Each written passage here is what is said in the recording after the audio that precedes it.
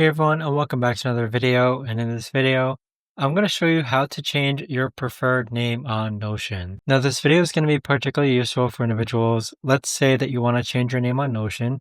How do you actually go ahead about doing so? Now, this video is going to be short, sweet, and simple, guys. There's not going to be a lot of steps involved. But in order to do this, what you're first going to do is click on the upper left-hand corner, click on Settings. Next, click on your actual name right over here. And then right over here where it says Preferred Name, this is where you're going to be able to change your name. So if you just change your name to John, and then afterwards just exit out, your preferred name has now been changed. So as you can see, my preferred name is now John. But there you have it, guys. That right there is the best and easiest way that I know of to actually go ahead and change your preferred name on Notion. If you guys know of a better or easier way to actually do this, let me know in the comments down below. I would love to know. Thanks so much for watching, everyone, and I'll see you guys all in the next video.